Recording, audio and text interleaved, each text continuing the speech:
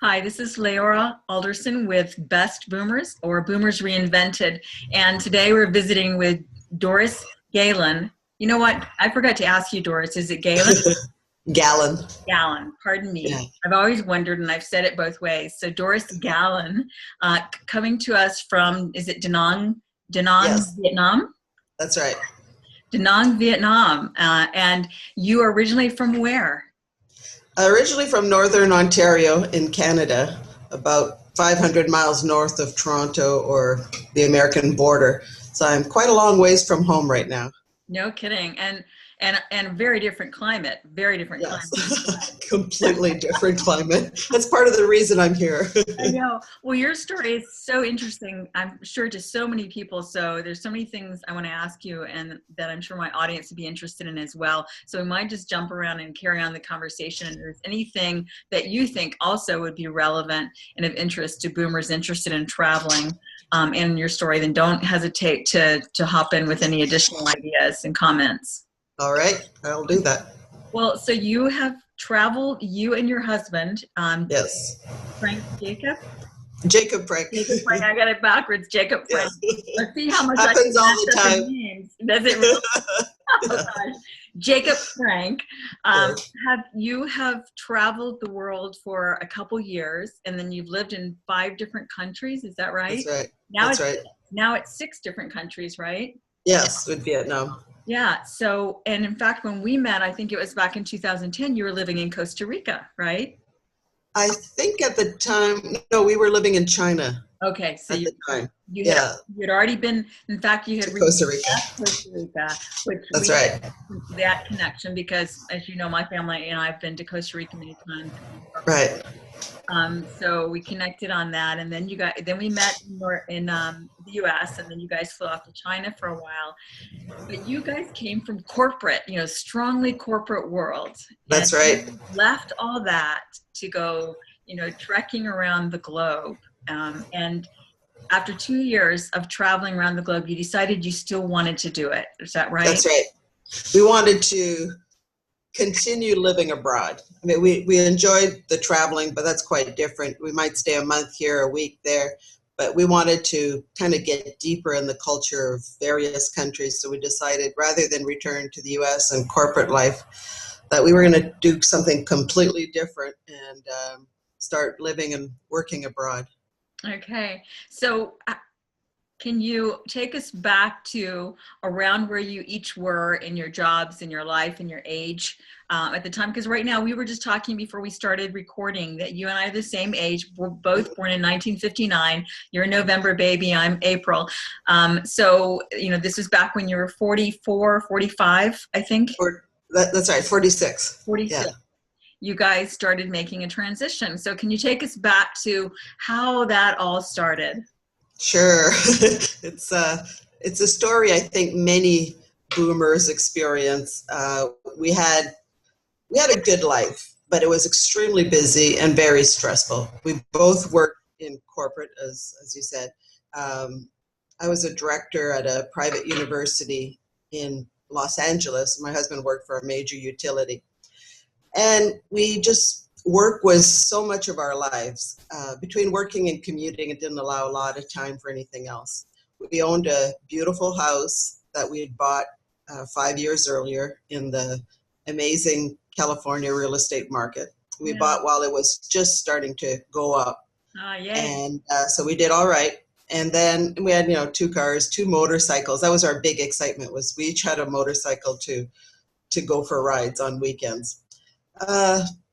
3 cats, no children. That was our life. And I think we just reached the point where I certainly was burnt out in my work. I was tired. I wasn't happy. It was time that I looked for a new job. I'd been at my job for 4 years, and I didn't have the energy to look for a new job. I simply couldn't do it. I was just so burnt out from that work. So Jacob and I had talked earlier about taking a year off to travel around the world for our 10th wedding anniversary. And so this was probably 8 years earlier that we talked about this, and we got excited about it, but we didn't start planning because we were concerned that if we started planning the trip, we wouldn't be able to sit still continuing in our jobs. Hmm. Well, the burnout happened, so that kind of propelled us to start planning the trip because it would give us something to focus on. And then I don't know how often I'd come home and say, I don't think I can wait 3 years. And then it was, I can't wait 2 years. Yeah. And then we decided that as long as we're still on the around the world trip for our 25th wedding anniversary, then it would be okay. So what we did is we left 2 years earlier than planned and traveled for 2 years. And the very last week of our round the world trip, 26-month round the world trip, was a week in Tahiti to celebrate our 25th anniversary. Wow, that's amazing. So when you took the 2-year trip, did you leave your jobs at that time permanently, or were you on a sabbatical? No, we both left permanently. We talked about this a lot before. We both left our jobs permanently. We sold our house, luckily at the height of the market in Yay. 2006. Yeah, So we did quite well there. We sold 2 cars, 2 motorcycles, found homes for our cats, it was a 3-bedroom house worth of stuff. And we'd been together 23 years at that point. We'd made a couple of major moves before, so we'd gotten rid of stuff. But in this case, we'd been in the house 5 years. We'd been in LA 8 years. So we had a lot of things. We did a massive garage sale and gave away things that were harder to sell, especially anything sentimental value. Often we'd give it back to the people who gave it to us. Mm-hmm. And that way it was sort of bringing a connection between us and them. And we didn't feel bad sort of getting rid of it because it was things of sentimental value. Yeah. So we did all that. And we were left with one file box of photographs and mementos, and that was it. Wow. And so we had no trouble finding someone to take our stuff in because it was so small. And we knew we wouldn't come back to our jobs. We weren't sure about whether or not we'd come back to Los Angeles. That was kind of something up in the air. But we just decided, let's take it, let's go and see what happens. And probably a year and a half into our trip of trying to speak, we mostly spoke English around the world, although I'm fluent in Spanish and French, so spoke those languages when it was appropriate.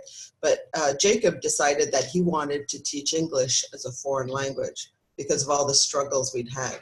And so that pretty well decided us that we would not return to the US and to our corporate jobs. So we went out knowing some of the information, like what we would do for the next 2 years, but we didn't have it all set up for the rest of our lives. I think either we needed or we knew that the trip would change us somehow. And so we couldn't really predict how we would feel 2 years down the road. Right. And so we had enough, I don't know, guts or chutzpah to go out there and do it without having that final destination planned out. So when you said Jacob had struggled with the language enough to know that he wanted to teach English as a second language, what does that mean? I'm not quite clear on that. What he struggled with and how teaching would help with that.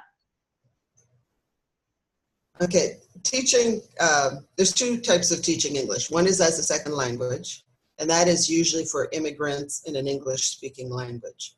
And what he has is a certificate for teaching English as a foreign language. That means teaching English in a country where it's not spoken.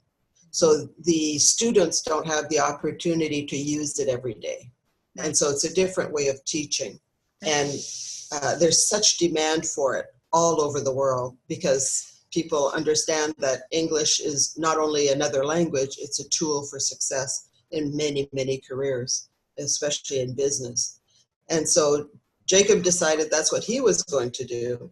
And I decided I would write a book about our experience, but not so much about the trip itself, but about everything we had learned, all the tips we could give baby boomers on how to go abroad and travel or live, to study and volunteer, because we'd done all of these things.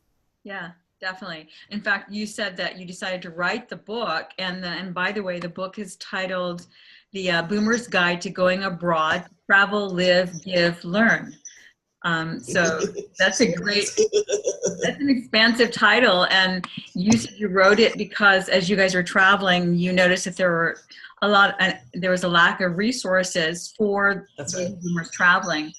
So could you That's give right. an example of some of the things that you noticed that was specific to the boomer market that was missing? Oh, there was so many things. I mean, most of the information, especially for round the world traveling, around the world trip means you actually circumvent the globe, and not necessarily in a big circle. Like you go up and down, you go all over the place, but usually it's for an extended time, a year or more. And most of the information is for youths, maybe early 20s, mid 20s at most. And so a lot of the information is similar, and so we use that information that we could find online because that was all we had. But then what I did is I supplemented it. Like, for example, if you want to do this for 2 years, I mean, it costs a lot of money. So you try to save money everywhere, and every once in a while you'll splurge. Like our 25th anniversary in Tahiti, we stayed at a nice resort, and throughout the year, the 2 years we did this. But most of the time we needed to keep our costs down. So we often stayed in hostels, or they used to call them youth hostels. Right. Well, those were created for our generation Yeah. in the 60s when a lot of people traveled, especially through Europe. And so we don't call them youth hostels anymore because there's people of all ages. But Yeah. most adults or boomers don't realize that you can still go to these hostels, get a decent room for $10 a night, or less sometimes, but $10 was probably one of the cheapest. And it gives you, and sometimes you can get private rooms. It's not always these big dormitories with 4, 6, 10, 20 people. You can get a private room. And so Jacob and I, $10 each, would pay $20 for a private room, often with a private bathroom, not always. But, most people don't know this. Right. And hostels, I mean, some are good, some aren't so good, but there are hostel sites online that allow the users to give reviews. Nice. Same as TripAdvisor. So you can check it out. I mean, if one says, oh, this is a great party place. Wow, we partied and drank all night. Well, you kind of know that's not the kind of hostel you want to go to, right? Right. And some hostels have bars in them, and those generally are more raucous. So that's not for us. But you can find just gorgeous little hostels, and sometimes old hotels transformed into hostels. So they're quite nice with swimming pools and bars by the pool, and without it being all that noisy. So that's just one example of something we learned, and you just don't see that kind of information. Right. So do you have some of the hostel sites in your book of some of the best? They are on my website, Okay. which is travelingboomers.com. Okay. Baby Boomers Traveling, sorry, babyboomerstraveling.com. Yeah, I mean, and they're just, if you Google hostel, yes, you'll get hostels.com, hostelbooker.com. I mean, there's so many of them, and they're different sites for different countries as well. But there's so much information online, even now. I mean, this is 9 years ago since we started our trip.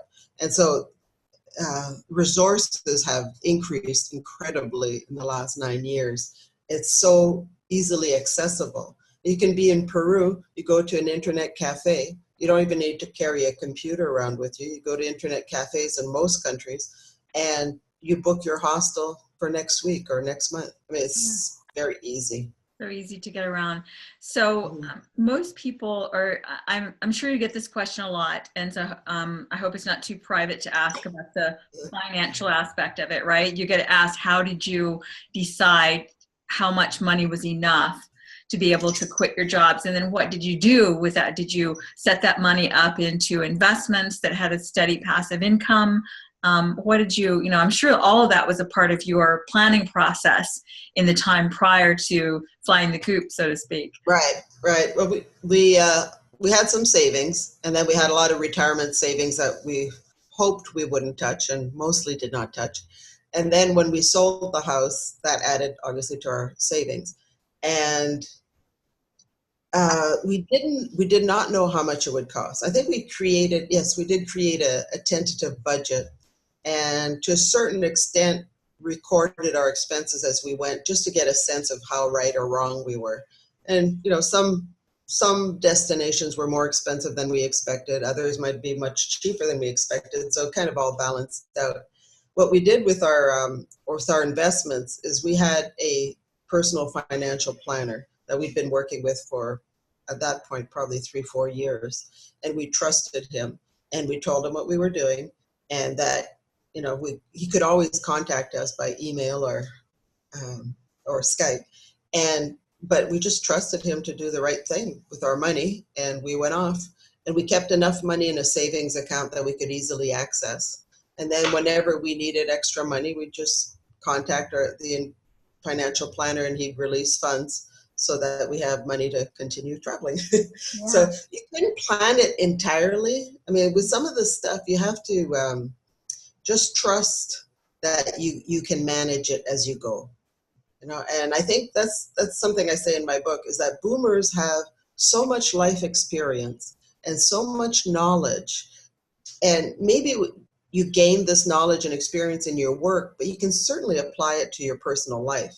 Yeah. And when you're out there traveling and you don't know what's going on, you don't speak the language, I mean, there's so many challenges, but our experience from our past lives just come into play. And after a while, you start relaxing that, hey, I can do this. When something happens, I can deal with it. Yeah. And I think that's the biggest lesson I've learned from this, is that I can pretty well handle anything. Yes, I would say definitely that comes up with travel, especially.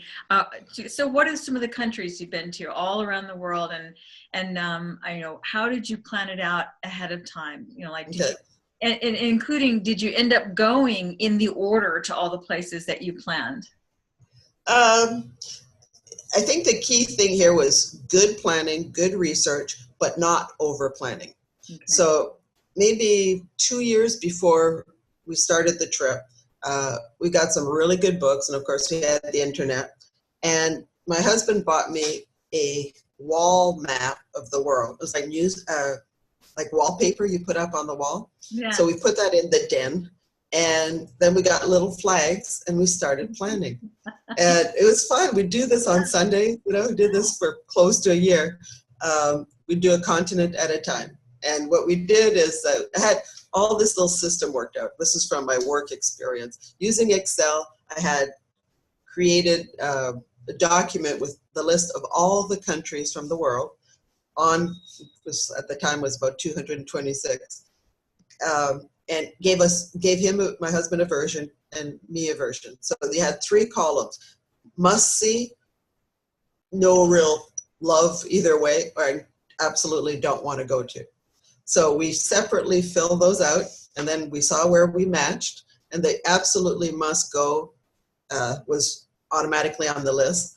There was a bunch either way could go, and that might fall in or out depending on whether or not it was convenient to go there. And then the last one won't go. And there weren't very many of those, I can tell you. So that was easy to eliminate those. Yeah. And so the first plan we had, originally we were going to do this for 1 year. And then our first plan came up when we estimated how much time we would want to spend in each country. We had a 3-year plan. We couldn't afford 3 years. Yeah. It's like, whoa. So then that's when we decided to scale back.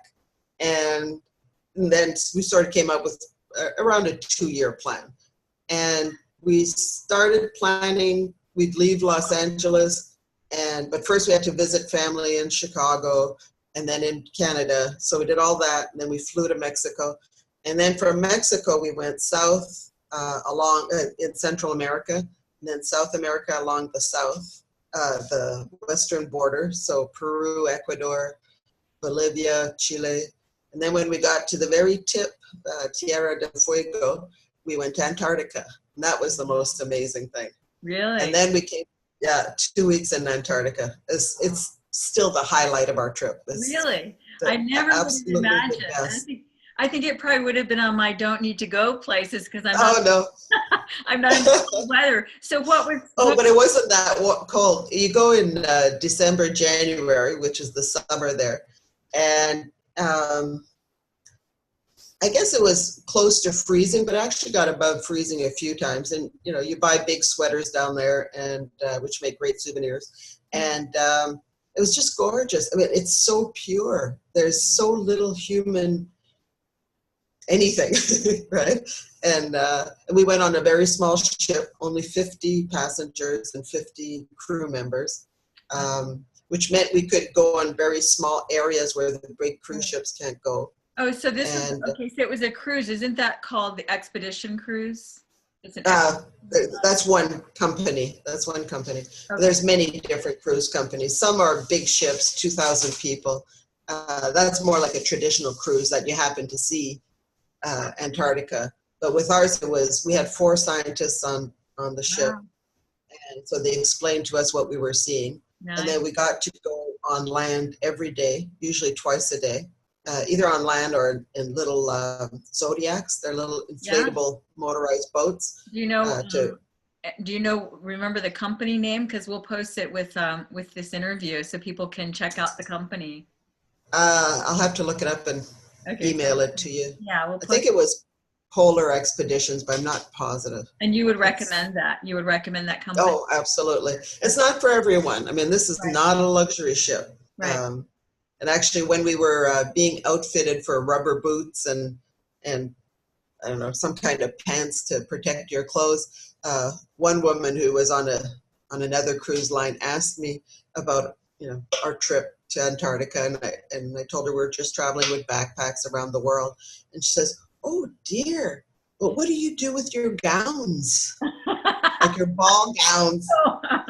Oh, okay.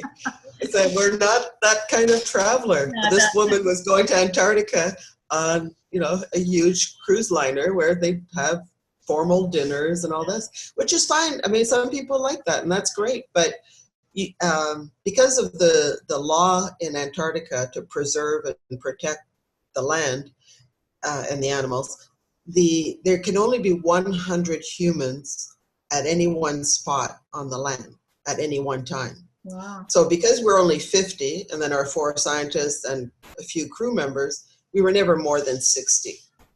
So that meant every individual could go on land every time we landed. Mm-hmm. With the large cruise ships, first of all, they can't get as close to the land because it's not deep enough.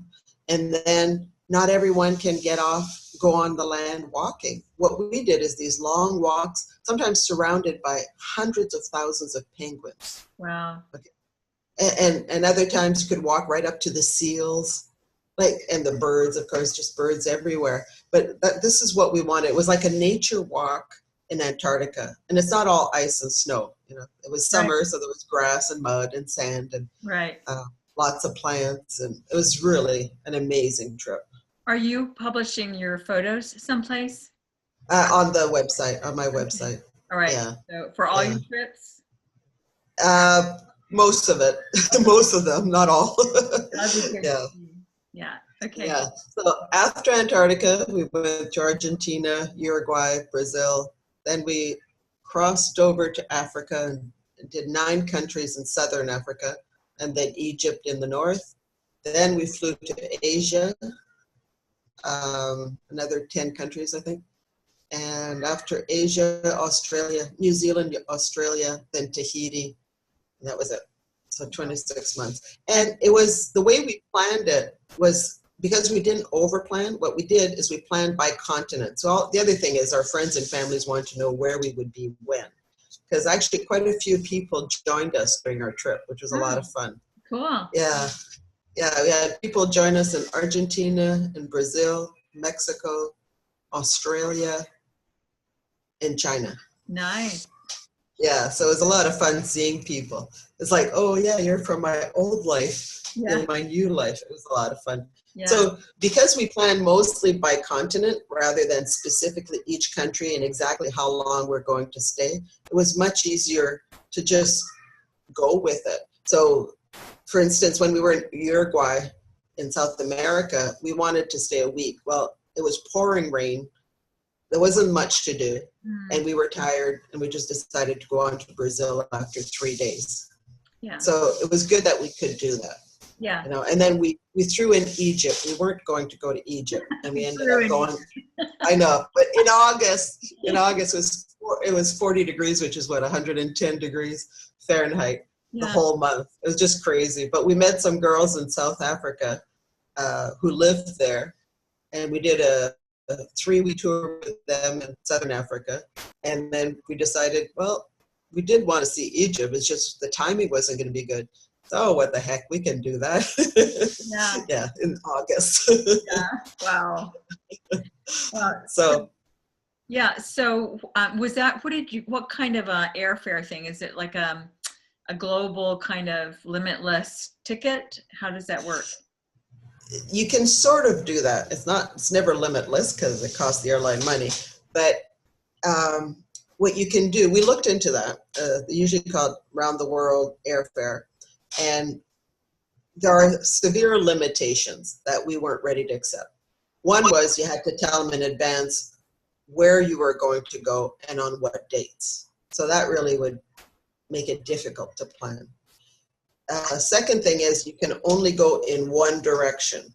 Okay. Oh, well, people don't travel this way. People travel like this, up and down, right? Right. You know, so it would really limit what we could do. So we really looked into it, and we tried booking it as far as planning it. Like, okay, you had to tell them from this point to that point. Let's say you're traveling across the U.S. from Washington State to Texas. Okay, that'll be a flight. And then you want to take a bus or a train or a car or a bicycle, let's say to Georgia. So then you'd have to tell them that then you want a trip from Georgia to New York. At what day, you know, and it was just too limiting. Right. The other thing is that that's not really the best way to go as far as we're concerned. When you travel in many small countries, the local airlines are far, far cheaper to use than the international carriers. So it'd be like using JetBlue or let's say Air France. If you use Air France to get from LA to New York, it's going to cost you a lot more than JetBlue. Right. And it's exactly that. It's exactly that. I mean, you can use the international carriers. And of course, when we change continents, we usually use international carriers. Actually, you have to, obviously. And that was a luxury. That was wonderful. We really found out a lot of the good airlines. But within the countries, if it's a half-hour flight or even a 3-hour flight, it's not that big a deal if you don't get a meal. It's not the most roomy airplane, as long as it's safe and it gets you there, and you save money. So again, another good reason not for doing the round-the-world airfare. Definitely. So was there any time in your travels that you felt that you were afraid or felt unsafe in any of the countries that you traveled in? Not a lot. It happened a few times. I mean, Kathmandu, at night, every second night, they turn off the lights, the electricity goes off. And this happens in Africa and other developing countries. Yeah. And we didn't feel as safe on the streets in Kathmandu. But we were always the two of us, and it was pretty rare. I mean, Belize is another country where we felt threatened. When a really big man asked my husband for some money, and my husband wouldn't give it to him, and the guy just kind of stood there like a brick wall. And Jacob's not a very big man, and so it was very intimidating. There were a couple of other times where sometimes the beggars are very aggressive in some of these countries, and they know that we're not used to beggars, so we'll give in. And the thing is, we are used to beggars, Jacob and I, and we know how to deal with them. But so sometimes, but we never got food poisoning. Wow. Because, I mean, again, there's tips in my book on how to know what to eat and drink. And most of the things, I mean, a lot of what I talk about in the book is safety, not because it's so unsafe, but quite the opposite. It's so safe out there, far safer than we imagine as Americans. And part of that is that in the US, the news is so focused on crime. Yeah. That, I mean, much more so than in other countries. And so we think that the world is very dangerous, and especially abroad. But the truth is that the US actually has a far higher crime level than many, many, many countries in the world. So it actually is really safe out there. Mm. And I mean, you don't do the same things you wouldn't do at home, you shouldn't do when you're abroad, like bringing strangers home from the bar, or walking alone at 2 in the morning, especially if you've been drinking. And I always watch this when I see news stories about Americans or any foreigners being either hurt, assaulted, or killed abroad, tourists. Almost always they've done something really stupid.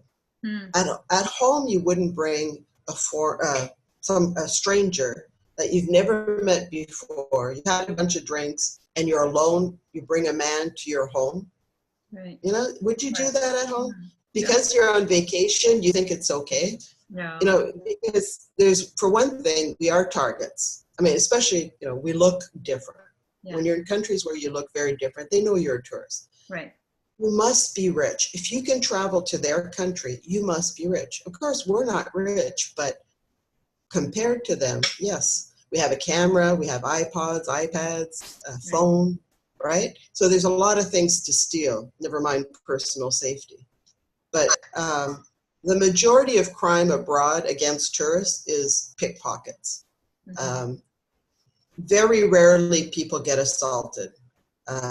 Muggings are really, in my mind, very much an American thing. Almost never hear of tourists getting mugged. I'm not saying it doesn't happen, but again, are you in a stupid place, and are you flashing your jewelry and your cameras and all your stuff, right? That's the other thing. I mean, we did have our cameras stolen a few times, mostly due to our inattention to them. When people are very poor and they see an opportunity, they're going to take it. Right. It's, and when you get comfortable in a place, it's easy to relax. Yes. A restaurant, a cafe, or wherever, it's easy to relax and let your guard down now and then. But. Yeah. And the thing is, you do let your guard down, and that's okay because you're supposed to be having fun and relaxing. You don't want to be on your guard all the time. Yeah. But what you do is you prepare for it. You don't bring your jewelry. Yeah. I kept my wedding band because it's very simple, but all my other rings and watches, left them in Los Angeles. We had a small camera, not a big deal. And for my birthday during the trip, my husband gave me an iPod, and those two things got stolen. Well, to us, it was just, cost of the trip. So I went and bought, another camera and another iPod and was more careful with it. But you don't want to always be on your guard. But, at home, how often do you go out at 2 in the morning? How often do you bring strangers home? Right. At night, especially after drinking and partying. So I think if you're reasonable and you take reasonable precautions that are not a big deal, they become a habit, right? That, you don't take out your money in public. Right. Because you've got a big bankroll. There's lots of people are going to look at that and they're going to say, that's a month's salary for them, Yeah. And so you just take a few precautions. But honestly, most countries, most countries have extremely severe punishments against criminals who target tourists, because tourism is such an important part of the economic development of the country that when tourists are targeted, and of course the news goes all over the world and especially in the individual's country, that country suffers. And so the countries have really severe punishment for those people, and so they tend to not go after tourists, except for pickpockets. So you were talking about the negativism in the news, which is why really I don't watch it, actually. Yeah. But so that includes supposedly the perspective that a lot of the rest of the world don't care for Americans anymore. Have you found that to be true? Have you found being an American to be a disadvantage or the place you as a target of any hostility, or have you found it to be just another myth? It's a myth. And the reason for that is I think the American news and American government benefits from trying to position Americans as us against them. Yes. That it allows us to be more insular and allows us to do all sorts of, to bring into place all sorts of policies that insulate us more from the world, because all those people want to get us. Well, the truth is, I think the only time I might have gotten into a discussion with people about being American and what that entails, there were usually other tourists, probably mostly European. And if you have an open mind about America, I mean, we know we're not perfect. If you think America is the best country in the world and everything we do is perfect and you can't insult us and all this stuff, well, yeah, you're going to get into arguments. Sure. But generally, you almost have to start the argument if you're going to get into an argument. I mean, I live in Vietnam, okay, where Americans were here uninvited for 10 years. They killed a lot of people. They destroyed a lot. And we're still living with the effects of the war, believe it or not, with Agent Orange still polluting land and children still being born with deformities because of it. Okay, so we're still living with this. But Americans are always amazed when they come to Vietnam that the Vietnamese are so friendly and loving and helpful, and they have absolutely no resentment or rancor against the Americans. And it truly amazes Americans to come here. I mean, of all countries, this is one where, we shouldn't be liked as much as we are. Yeah. But first of all, they won the war, so they are very diplomatic winners of the war. And Americans have done a lot of good. Individual Americans, not necessarily America, but individual Americans have done a lot of good things for Vietnam. They come here and they volunteer. There's a big expat community of Americans here who do a lot of volunteer work and give their time and money. And then there's returning veterans, and for boomers out there who are Vietnamese or Vietnam War veterans, I would say the best way to heal is to come here and see that the country has succeeded, that they don't hate you, that you can get past this. And there are veterans groups in America who help veterans come to Vietnam to help them heal from all the pain they suffered, living with sometimes the guilt, or just having such a hard time getting over this. Have been made to come here at war, and they come here and they meet the people, and it's a release of 40 years of pain and suffering. Wow. And it's wonderful to see. I've met quite a few of these veterans. Wonderful. Really, I got chills when you were talking about that. That is profound and powerful. We'll definitely highlight that. Maybe even link to this interview to some of the veteran sites so that they can hear the message. That's so important. Yeah. So I was going to ask you more about Vietnam near the end, since that's where you ended up in your travels. But since we're on that topic now, and then we can always go back and pick up some of the other pieces. So you were first, I think, went to Vietnam where you had a job as a hospitality director at a hotel. Was that right? That's right. The very first time we were in Vietnam was during the world trip. And then we returned when an old friend of mine was planning to open a resort here, Echo Lodge. And it sounded really interesting. It was very big on community development, which is work I've done in my career in the past, as well as marketing. So I was vice president of marketing for this resort, and we had been working together on it long distance for about a year when I proposed moving to Vietnam to sort of be the eyes and ears on the ground. The resort was with a Vietnamese partner, but the partner did not live in the town where the resort was going to be built.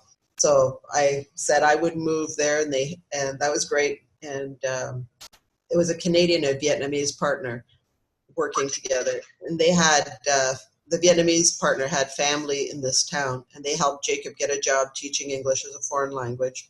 And I worked on strategic planning and sort of early marketing planning for the resort. we had been here maybe 5-6 months when the organizers or the president of the resort decided on they would try a different funding model, let's call it, different funding model than what they had and originally planned on, because they were having trouble finding investors. So when they did find an investor finally who was willing to put in a lot of money, he wanted it to be built in Hilton Head, USA, Oh, not in Vietnam. I wow. guess he wanted to keep an eye on his investment. Yeah. So at that point, we had only been here maybe 6-7 months, and we didn't want to go to Hilton Head for one thing, because I was offered to go there and work, but didn't want to do that. So we sort of thought, okay, so now what do I do? So I decided, well, you know what? I've got lots of knowledge and experience, and I can put my master's in business administration to good use. And I started writing a number of universities in Da Nang, seeing if they had a position where I could teach in English, of course, their students. And that's how I landed at my job. Now I teach hospitality and tourism. I teach marketing, strategic planning, human resources management, that sort of stuff, to students of tourism and hospitality. And I've been doing this for 2 years now, which is a brand new career. I had taught workshops, that sort of thing before, but not this way. So it's been fun. I'm really enjoying it. So, so you're teaching in English. Yes. Do you speak Vietnamese yet? Eat a little bit. It's a very difficult language to learn. When I lived in China, I tried learning Chinese, and that was difficult because in Chinese, there are 4 tones. So depending on how you say the word, like ma, ma, ma, ma, it means a different things. Wow. It can, and just that word, ma, can mean mother or horse. So you don't want to get those wrong, right? Right. And then in Vietnamese, there are 6 tones. Wow. So even harder to learn. So, I mean, I can read some. There's some French, which is fun, because French being my first language. There's a little bit of French, not that much. And then the rest, you just learn keywords. And I mean, I can obviously say hello, thank you, cold beer, please, which is what I say in the book, is everywhere you go, you need to have some basic language, right? It doesn't have to be a lot. And around the world, what I would do is I had a little notebook that I would keep on me, and it always had hello, goodbye, please, thank you, where's the washroom, cold beer. You want the beer before the washroom, yeah. But like you had to have your basic survival skills, right? The other one I would learn is your baby is beautiful. Oh, that's a good one. Yeah. All babies are beautiful when you're traveling. That's right. That's right. So, well, I would learn. I don't drink beer, so I would need to learn coffee. The one for coffee. Okay, well that's easy. Cafe in Vietnam. Yeah. Same as French. Yeah, it's probably. So I didn't know that your first language is French. Yes, I'm French Canadian. Okay, well, I mean, I didn't, because you don't have the French accent. Really. No, I learned English from a very young age, and then I took up Spanish in high school, and through the years continued taking classes. And then when we were in Mexico during the world trip, we spent 2 months in this wonderful little town called Guanajuato in the mountains in the central Mexico, where we lived with a family. And we went to Spanish school 5 days a week for 5 hours, very intensive. And so I went from probably kind of high beginner to high intermediate. And Jacob went from 0 to low intermediate in just 2 months. Nice. And I used to joke that Jacob couldn't even order a beer in Spanish before the class. Now he can say una cerveza fría, por favor. One cold beer, please. Yes. Exactly. So that was really helpful, because then we traveled for almost a year through Latin America. And while the Spanish is different in each country, it was similar enough. And certainly I could read. And I could mostly understand when people spoke to me. It was another thing when I spoke, of course. I spoke, actually my Mexican friends think it's so charming that I speak Spanish with a French accent. Yeah. Because they're used to foreigners speaking Spanish with an English American accent, right? Yeah, I can American imagine English that. accent. Yeah. So, So but it's because my first teacher of Spanish for 3 years in high school was French. exactly. That's why, most Indians, like from India, I've been to India Uh-huh, 3 times, speak a similar kind of English accent uh-huh. because all their teachers are Indian speaking Yes, English. exactly. Yeah. They learn. Yeah. So in Brazil, they speak Portuguese, Uh-huh. right? That's right. And And after almost a year of traveling and speaking Spanish, that was my first big culture shock. Because all of a sudden we were in a Portuguese nation, a Portuguese speaking nation. And it was interesting. I mean, I can read Portuguese because it's similar enough, right. but couldn't speak it. And very few people spoke Spanish. But Wow. yeah, it was a good way to start coping without the language. Yeah. Because one thing you become really good in countries all over the world, you become very good at charades. Yeah. You have to mime everything, right? Yeah. Yeah. You The get very traveler, good. the traveler's sign language. Exactly. So Well, so yeah, so it was a good start. so along those lines, and we'll get back to Vietnam in a minute, but um, whenever we go on a trip, there's always the thing of there's the excitement about going. It's always good to go, Right. and it's always good to get home. Right. But you didn't get home, so did you go No. through any kind of transitional, reorientation and a little bit of discombobulation about that relative to losing your home base? Not really, because it was so exciting. What we were doing was so much fun that, except for my garden, because I had a wonderful garden in Los Angeles, I didn't miss most everything else. I mean, obviously, I missed my friends and family, but I didn't miss most anything else, like the house, the job, all that stuff. I was okay without it. What we did was that you do get tired. I mean, think about how tired you are after 1 month. Well, imagine after 12 months. Yeah. So what we would do is we would schedule, and this was pre-planned, by the way, at the beginning of the trip. We would schedule to visit countries that are easier every once in a while.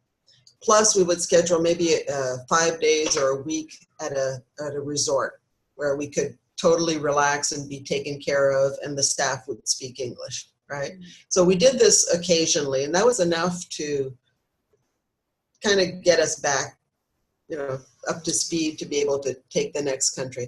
Because some countries are very difficult, and part of it, is the poverty, the language, the culture. I mean, there's just so many things, the food. And if it was a large country like India, where we stayed for 6 weeks, you want to stay long enough to really see it, right? To really get into it. And we only saw the northern part. We did get down to Goa and can't think of the name. Anyways, we did travel a little bit more than the north, but 6 weeks wasn't enough. Yeah. And after that, where did we go from? I think we went to Thailand and stayed in a really nice hostel with a pool on the roof. Wow.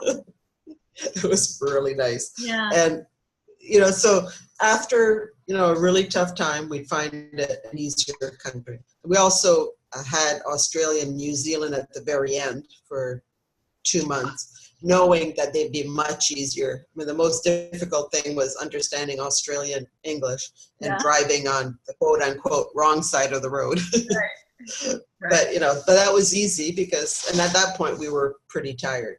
Yeah. But not so tired that we couldn't camp. We rented a car, we bought a tent, we already had sleeping bags, and we camped for 2 months in New Zealand and Australia. Wow. And really enjoyed that. Wonderful. So that was that during their summer or their winter? Summer, yeah, spring, summer. So it was a bit cool in New Zealand, but it was still really nice. Yeah. We were there in, it was December, January in 2004. Yeah, 2004. And it was unseasonably cool at that time. Okay. Yeah. But it was wonderful. I really enjoyed it. Part of the planning. I mean, one of the books we used in planning was Weather Around the World, and then it was, I think, probably because either the resources online weren't as good. There are probably better websites now telling you the weather around the world. But when we decide on a place or part of a continent, we would check the weather, because one thing we wanted to do was to avoid winter for the whole trip. Yeah. And mostly did. Not entirely, because we did, Mount Everest, I mean, that was in November, and Tibet was in November, so those were really cold, obviously. But China has so much cheap clothing, so that wasn't a big deal.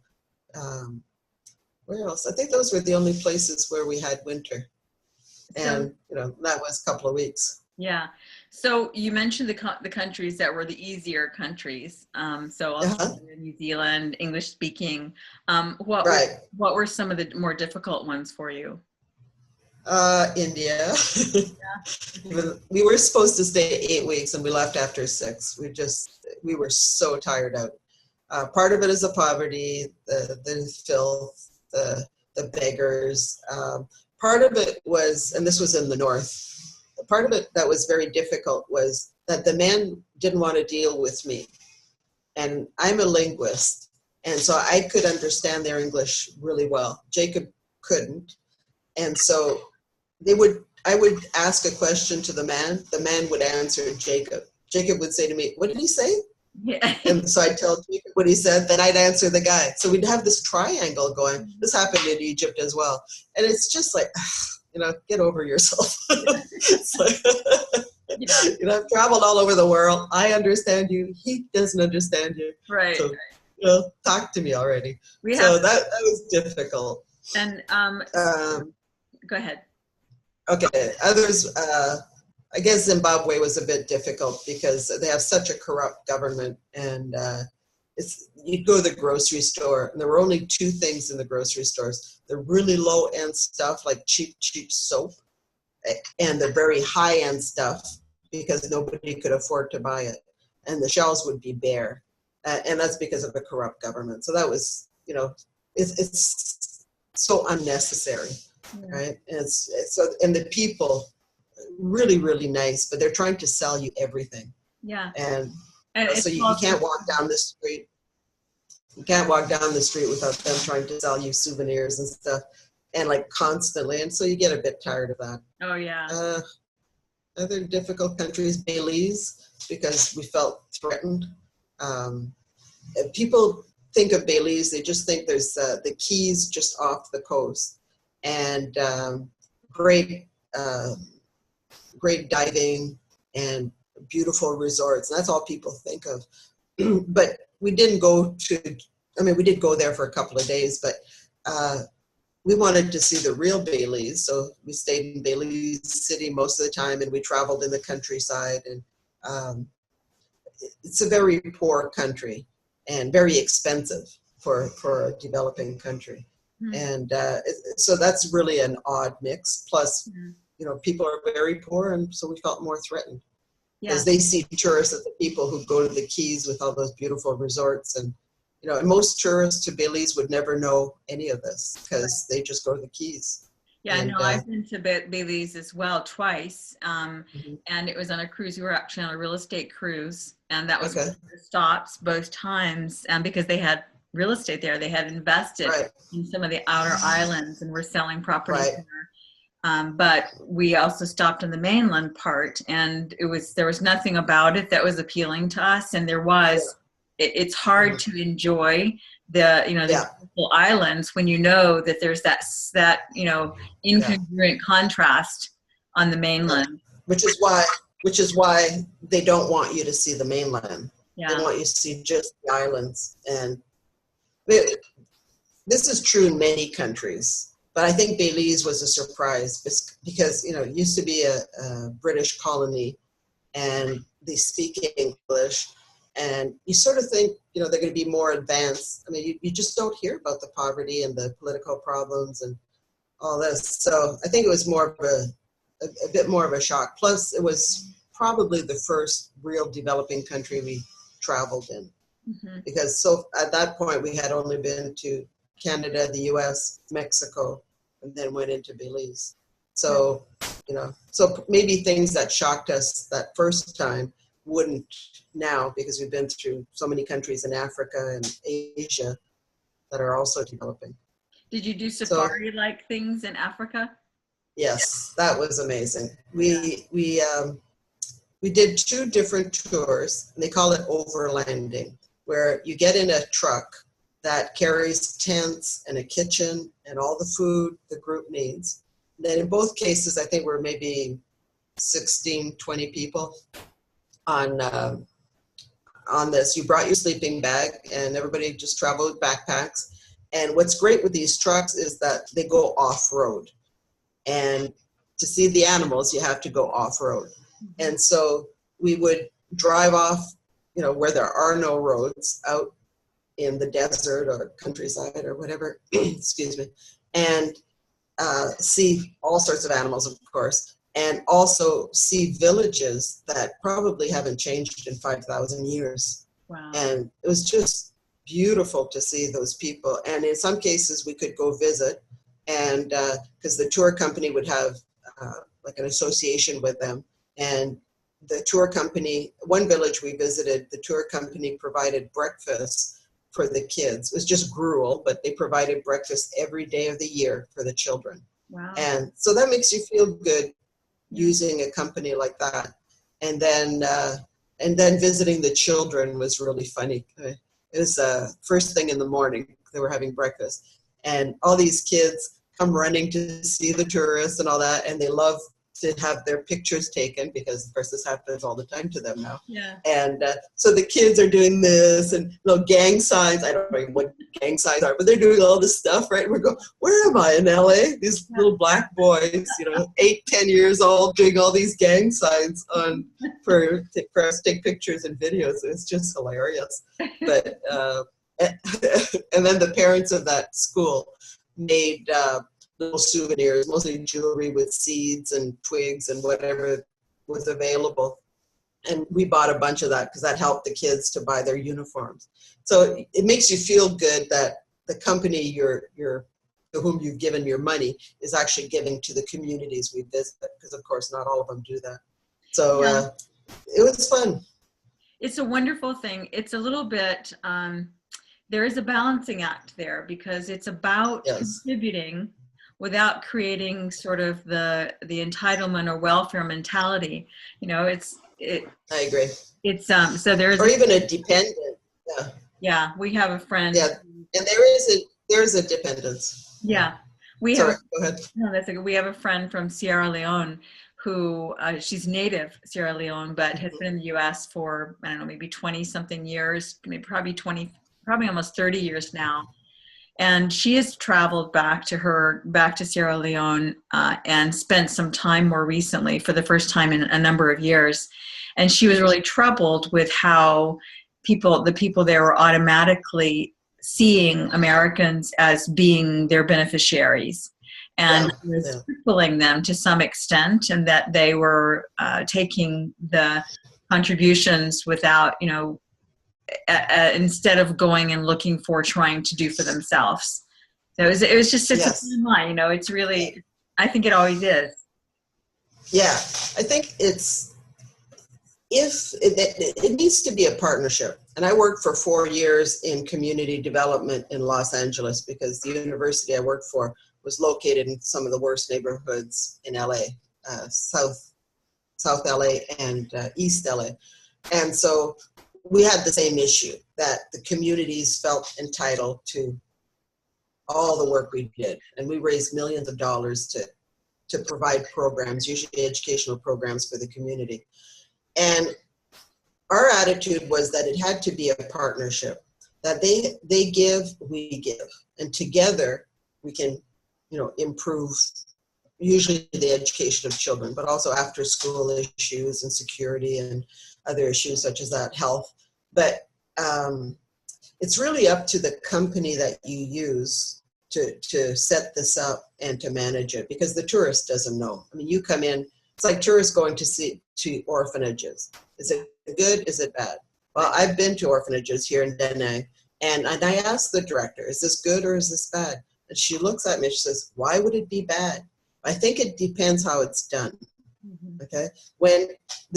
In orphanages, children need physical touch. They need hugging, talking to, playing with. I don't speak enough Vietnamese to speak to them in Vietnamese, but it doesn't matter. They talk to me, blah, blah, blah, blah, blah, and I just, smile and just pay attention. That's what they need. Right. And with me, it's a bit different because I go every month or so when I can. And so they know me now.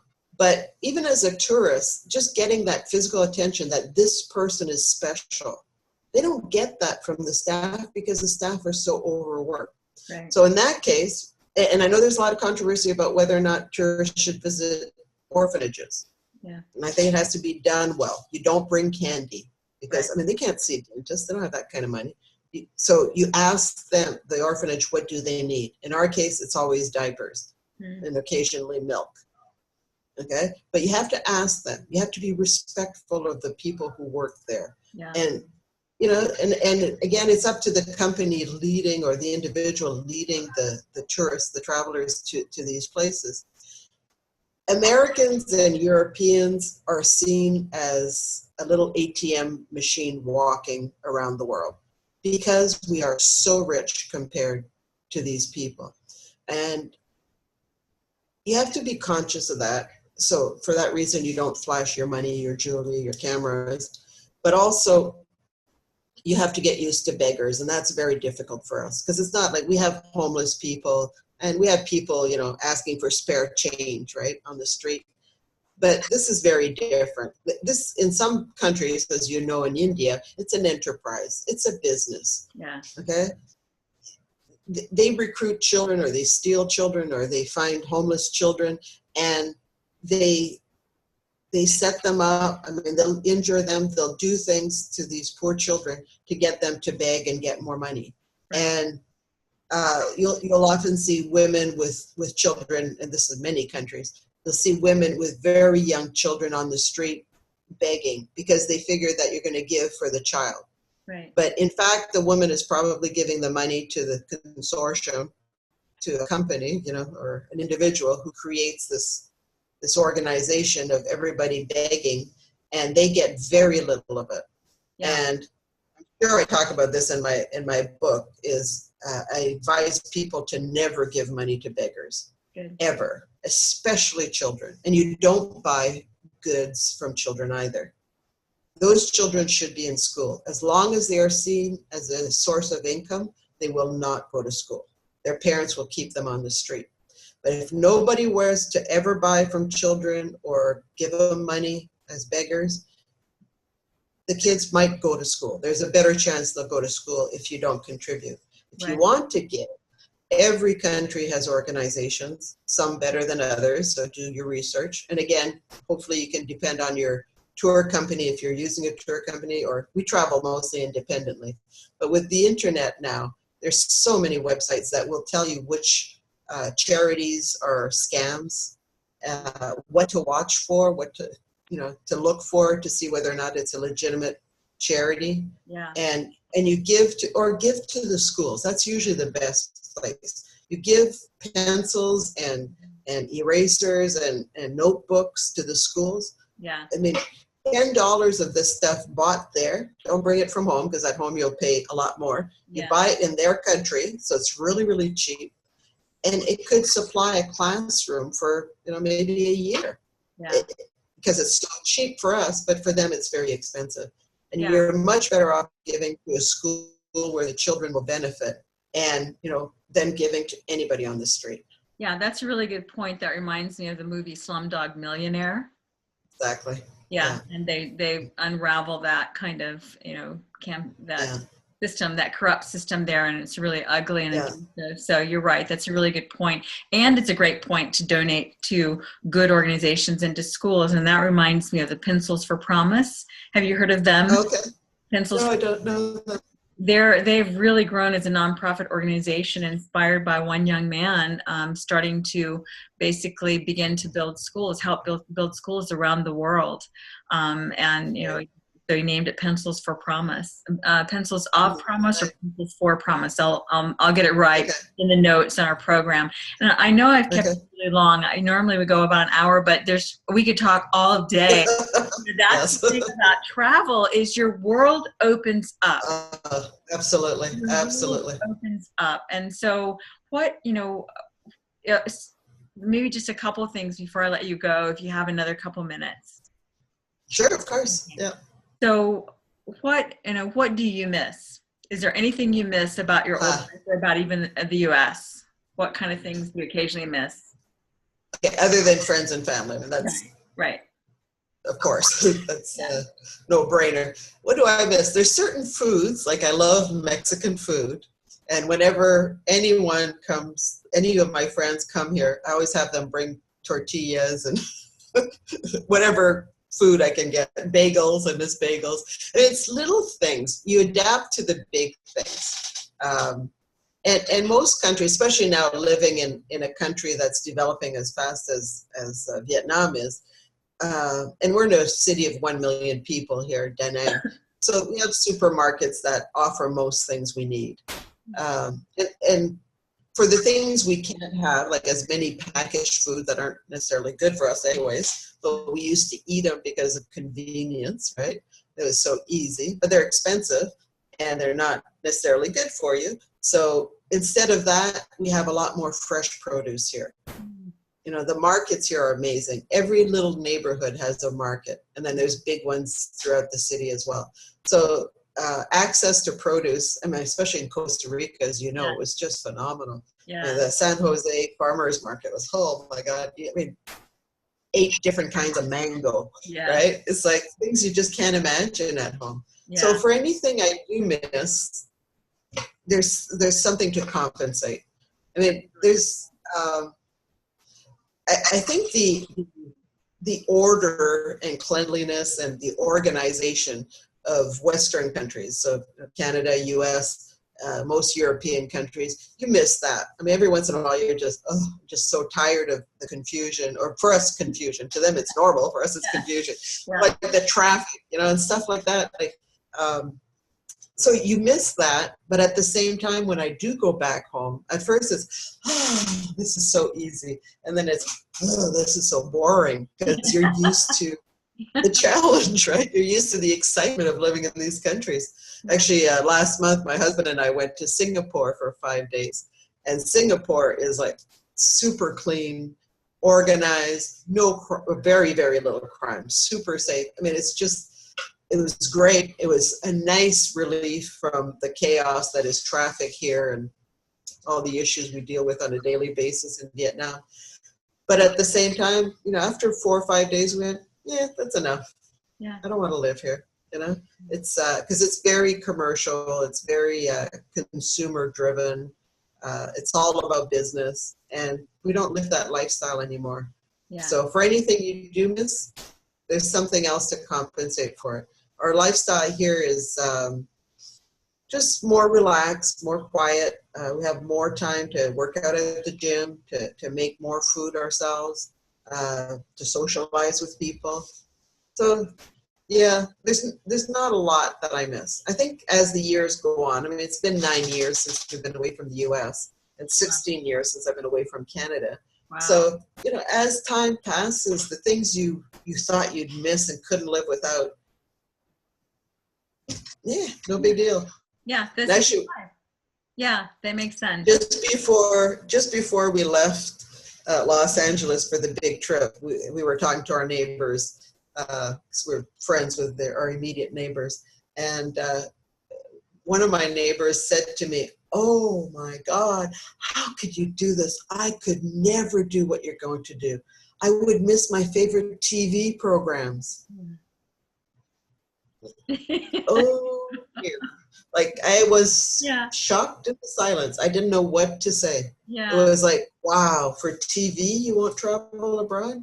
Yeah. Won't go around the world? I mean, and then during the trip, like when we be in a bus or a Jeep with, you know, a big window and you see live elephants and cheetahs and whatever, hopefully not together, but you'd see all these animals, see all these animals and say, this is our travel TV. That's it. Live TV. It was just so phenomenal, the things we saw and did, that, yeah, you know, it really helps you. And I think at our age, this is a great thing, is that it really helps you get out of yourself. yes, You will do things that you would never do at home, that right. you would never imagine doing. You know, like I went ziplining in Costa Rica. Yeah. And like one of the lines is, I forget if it was like half a mile long over a valley. It was phenomenal. It was scary as heck, but it was a lot of fun. We went whitewater rafting in Washington State. And we did all these amazing things around the world that I never imagined we would do. Yeah. But it's just, and I think when you travel, you realize, hey, I can do this. I can cope with this. Yeah. You know, even when you have setbacks or things that go wrong, because, you know, in 2 years of travel, things will go wrong. And we coped really, really well. And it sounds like it's like we keep breaking personal barriers. You know, it's like keep pushing through barriers. And, you know, just life is an adventure, and, you know, and not a habit, not a routine. And you get such a sense of accomplishment. And actually, if you know the term self-actualization, which means to be the best that you can be. Yes. And between writing the book and traveling the world, my two life goals that I reached by the time I was 50, I felt I had become the best person I could be. And I had done it. I had done it all. I'd done everything I set out to achieve in my life. So now what do I do for the next 30 years? Keep doing the same thing. More fun, more different things. That's okay. Yeah. You know, the horizon's always moving. What you just said is perfect. It's a perfect way to sort of bring this to a close, because I've been making a lot of quotes. We've been putting them with memes. That's like the images with quotes lately, very much along the line of what you just said, you know, my personal best and self-actualization. So that fits in really well. And I was going to ask you to close, well, two things. Well, basically you just answered the one. One of them was going to be, how has that changed you as a person? You pretty much summed that up. You know, it's broadened your horizon. It's made you self-aware. It's made you unafraid. It's made you realize that, you know, have that sense of that the core of who you are is with you always. It's not about who you are. And you shed all the bad stuff, whether it's people or problems you have at home, you shed that. And you realize that those things that were so important to you, like having the nicest car on the block or whatever, they don't matter. They don't matter to the real you, to the core you. That's right. So it's about experiences, and that's what you're having so much of. And so before I let you go, the last question is, for now, and this has been so much fun. It's just, you have so many experiences that are very interesting to hear and share. I really appreciate you taking this time. And it's been so good to catch up with you. It's been 5 years. It's been a long time, Listen. So the last question for now is, how long do you think you're going to be in Vietnam for a while? Have you guys already talked about the possibility of trying to live else? We've been here 3 years now. So yes, we're starting to talk and plan, and we're thinking probably South America for our next adventure. And I think we'll continue doing this until we can't, until we're old and broken and we just can't do it. For the next 10 years or so, I'll probably continue working. I enjoy, because I found something completely different than what I used to do in my work. When I quit working at 46, I said I retired, because I was retiring from that type of life. And now, even though I'm working, it's not the same. I really enjoy this work. And so I'll continue working. And of course, it's much, much cheaper living abroad once we're on our pensions. And when we reach the point where we're too old, and I think the other thing that people are probably thinking right now, oh yeah, sure, you'll be back to the US when you're old and you need good health care. Well, guess what? There are so many countries that have at least equal, maybe better healthcare for really cheap. Yeah, we've been Okay? hearing a lot about that. So, yeah. Yeah, yeah. So I could choose a number of countries that I could go live and be actually able to afford the healthcare I need. Right. There's Right? medical Just tourism is not really most. growing. Yes, yes. And if you live there, often the cost is it's so minimal. And in Vietnam, we have two things. We have the doctors and hospitals here, and the cost is super cheap, like maybe $5 to see a doctor. And we have Western clinics that are, businesses with Western doctors. So a lot of the Western expats go there. We kind of go to both depending on what it is. And generally, we're in such good health, it's pretty rare we need anything. But the Western clinic, you get I don't know, you feel completely safe and everything's hunky-dory and they'll understand you, but it's very expensive. And then for the little things, you get a Vietnamese person to take you. And actually, many doctors here won't accept payment from Americans. And this happened to my husband yesterday. He had to get a new health check for a work permit. And the hospital didn't charge him. And usually the reason they'll say is because Americans have done so much for us. Oh, wow. So going around back to, do they hate Americans? No, quite the opposite. Wow. Okay, so Americans, I mean, what I want to tell Americans, especially boomers, is it's not as scary as you think it is. Don't be afraid. Start doing it, even if it's only a 2-week trip to a country you've always wanted to see. It doesn't matter how you do it, but get out there. And it's not just for travel. Like, it's not, I mean, I love travel and travel is my life, but beyond that is what it does to you as a person. You're just so enriched by it. It can change your life in a very positive way. That's excellent. That's beautiful. And I definitely agree. And so I'm already thinking about packing things up. What's funny for me is I used to talk about this all the time when I was doing dozens of interviews and per week really, and promoting my book, and I was talking about this all the time. But now that I've been quietly just teaching here, and I talk with my students and I show them pictures and stuff because it gets them excited. I want them to be excited about their careers and the industry they're going into. But it's not often that I get to relive a lot of this. And so I'm enjoying this tremendously because it's bringing back so many memories and the feelings that the empowerment I got from taking control of my life and changing it, because I was not happy doing what I was doing. And now it's been so great for the marriage as well. And we're closer, we're more in love than ever, so wonderful. There's no downside.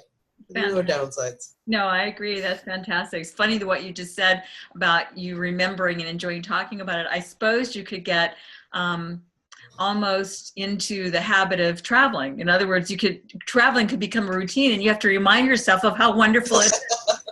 That's right. Especially living abroad, because this is my everyday life. Yeah. And every once in a while, I have to remind myself, this is really special. How many people have had this opportunity or created this opportunity? Don't wait for the opportunity to happen. You have to make it happen.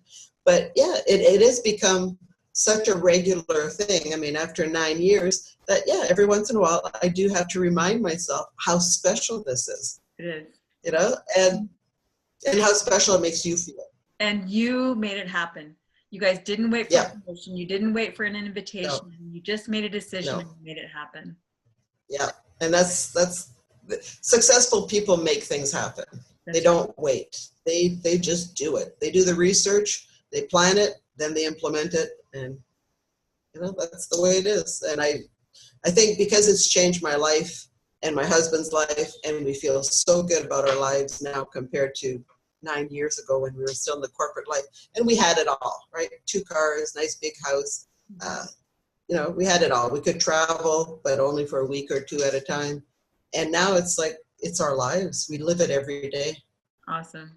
So, that's beautiful. So thank you for allowing me to reappreciate all this, because I'm going to have a really great day today. Awesome. Because of this. Yes, you are. sure. I'm so glad to hear this. And when you come back toward this side of the world, you know, who knows, Uh-huh. I might end up meeting in Costa Rica someday. But Okay. I look forward to keeping track of where you're going, when you're going, where in Sure. South America you're going to go. And yeah, let's keep in touch. And thanks so much for your Yeah. time. It's been wonderful. I want to keep track of how well you do as well, because you're always doing such amazing things. And I love following what you're doing with your new website. And at some point, I may be able to contribute some articles because, as you know, I'm a writer. It's just it'd be a lot of fun. So yes, thank you very much for having me here today. Okay. Talk to you soon. Thanks, Doris. Bye-bye. Bye-bye.